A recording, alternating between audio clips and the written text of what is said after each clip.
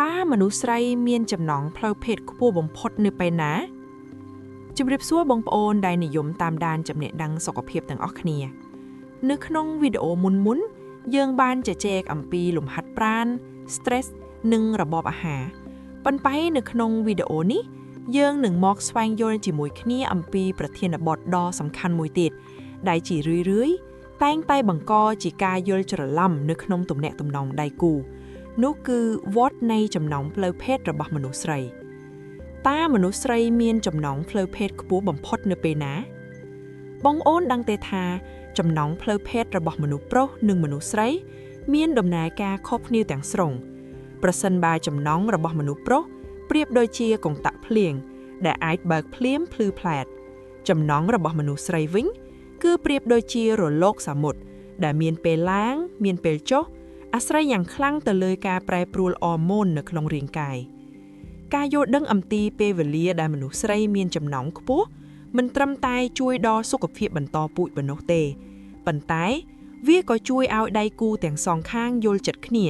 និងបង្កើតក្តីសុខបានកាន់តែប្រសើរយើងមកពិនិត្យមើលតាមបែបវិទ្យាសាស្ត្រអំពីវដ្តអរម៉ូននិងសញ្ញាអាការៈដែលបង្ហាញថាមនុស្សស្រីកំពុងមានចំណងតោះមកតាមស្វែងយល់ជាមួយគ្នាចំណុចទី1ពេលវេលាដែលមនុស្សស្រីមានចំណងខ្ពស់បំផុតពិនិត្យមើលតាមបែបវិទ្យាសាស្ត្រតាមផ្នែករោគសរីរវិទ្យាចំណងផ្លូវភេទរបស់ស្ត្រីត្រូវបានគ្រប់គ្រងដោយវដ្តរដូវ menstrual cycle ពេលវេលាដែលមនុស្សស្រីមានចំណងផ្លូវភេទខ្លាំងបំផុតជាទូទៅមាន2ដំណាក់កាលធំៗ1ដំណាក់កាលបញ្ចេញមាត់សុទ្ធ ovulation period នេះគឺជាពេលវេលាដែលចំណងឡើងដល់កំពូលជាទូទៅវាកើតឡើងនៅចន្លោះថ្ងៃទី12ដល់ថ្ងៃទី16នៃវដ្តរដូវរាប់ចាប់ពីថ្ងៃដំបូងនៃមករានៅដំណាក់កាលនេះអរម៉ូន estrogen និងអរម៉ូន testosterone នៅក្នុងខ្លួនស្ត្រីហក់ឡើងខ្ពស់បំផុតធម្មជាតិបានបង្កើតឡើងបែបនេះដើម្បីជំរុញឲ្យស្ត្រីចង់រួមភេទក្នុងគោលបំណងបង្កកំណើតនៅពេលនេះស្ត្រីនឹងមានអារម្មណ៍ថាខ្លួនឯងមានសម្រស់ស្អាតជាងមុនមានទំនុកចិត្តជាងមុននិងងាយនឹងទទួលរំញោចពីដៃគូខ្លាំងបំផុត2ដំណាក់កាលមុនពេលមករានៅ pre-menstrual period ស្ត្រីមួយចំនួនធំក៏មានអារម្មណ៍ពុះកញ្ជ្រៀវខ្លាំងនៅប៉ុន្មានថ្ងៃមុនពេលមករានៅផងដែរ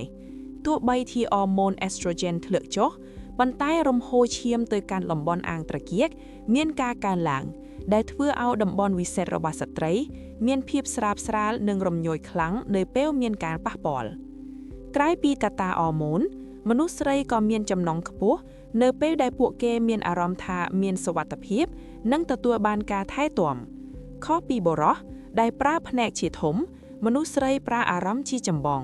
ដូច្នេះពេលវេលាដែលពួកគេសម្រាកពីការងារគ្មាន stress និងមានភាពផ្អែមល្ហែមជាមួយដៃគូក៏ជាពេលវេលាមាសនៃចំណងផងដែរចំណុចទី2អាការៈដែលបង្ហាញថាមនុស្សស្រីកំពុងមានចំណងជារឿយៗមនុស្សស្រីមិនសូវបញ្ចេញមកត្រង់តាមរយៈសម្ដីនោះទេប៉ុន្តែរាងកាយរបស់ពួកគេនឹងបញ្ចេញសញ្ញាអាការៈតាមបែបជីវវិទ្យាដែលយើងអាចសង្កេតបាន1ការប្រែប្រួលនៃសារធាតុរាវនេះគឺជាសញ្ញាច្បាស់បំផុតនៅពេលមានការរំញោចឬមានចំណងក្រពេញបាថូលីននឹងចាប់ផ្ដើមបញ្ចេញទឹកកាមរំអិលដើម្បីត្រៀមលក្ខណៈសម្រាប់ការរួមភេទ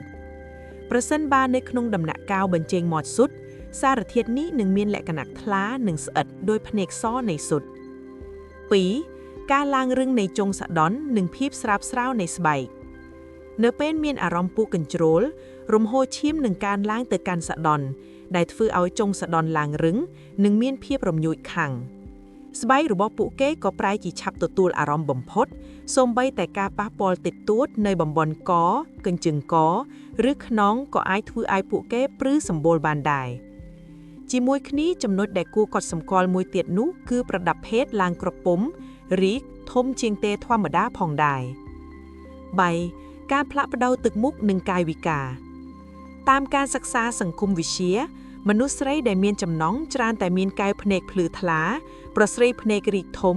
និងមានថ្ពាល់ក្រហមព្រឿងដោយសាររំហូរឈាមពួកគេអាចនឹងបញ្ចេញកាយវិការផ្អែមល្ហែមជាងមុន ចង់នៅចិត្តដៃគូឬប្រើប្រាស់ពាក្យពេចន៍លួញលោមច្រើនជាងធម្មតាចំណុចទី3កត្តាដែលធ្វើឲ្យចំណងផ្លូវភេទស្ត្រីធ្លាក់ចុះដើម្បីយល់ឲ្យកាន់តែច្បាស់យើងក៏ត្រូវដឹងពីមូលហេតុដែលធ្វើឲ្យចំណងរបស់ពួកគេបាត់បង់ផងដែរកត្តាចម្បងមានដូចជាភាពហត់នឿយខ្លាំងការងារផ្ទះការមើលថែតូននិងការងារការិយាល័យអាចធ្វើឲ្យថាមពលរបស់ពួកគេ off rolling stress និងការបារម្ភដោយដែលយើងបានរៀបរាប់ក្នុងវីដេអូទី2 stress គឺជាសត្រូវធំនៃចំណងបញ្ហាសុខភាពការប្រើប្រាស់ថ្នាំពេទ្យមួយចំនួនឬបញ្ហាអតុល្យភាពអរម៉ូនក្រោយសម្រាលកូននិងវ័យអស់រដូវដូច្នេះការយល់ដឹងអំពីពេលវេលាមាសរបស់មនុស្សស្រីមិនមែនមានន័យថាត្រូវបង្ខំតាមតែតារាងអរម៉ូននោះទេអ្វីដែលសំខាន់បំផុតគឺការយល់ចិត្តនិងការផ្ដល់តម្លៃឲ្យគ្នាទៅវិញទៅមកសម្រាប់បងអូនជាបុរសការយល់ដឹងពីអាការៈនិងវដ្តអរម៉ូនរបស់ដៃគូនឹងជួយឲ្យអ្នកដឹងពីរបៀបបង្ហាញក្តីស្រឡាញ់ចំពេលនិងចំគោលដៅ